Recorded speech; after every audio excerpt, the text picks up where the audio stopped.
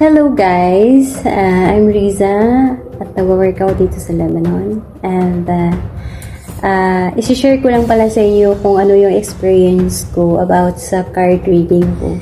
Ayan, Ma'am Riza, kumusta po kayo? Ayan, ang reading na ito po ay para sa inyo. So ayan po, si Ma'am Riza po ay nasa Lebanon po. So humihingi po siya sa akin ng gabay ng baraha ko. Ano po yung mga revelation na mangyayari at kung ano po yung mga gabay kapalaran na magaganap sa kanya or magaganap pa lamang. So, in short, sa lahat-lahat po ng mga cards ko ay okay naman.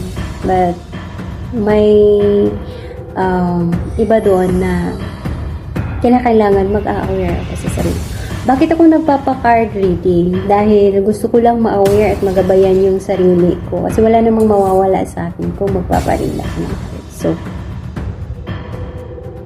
ito yung pinapakita ng aura mo, hindi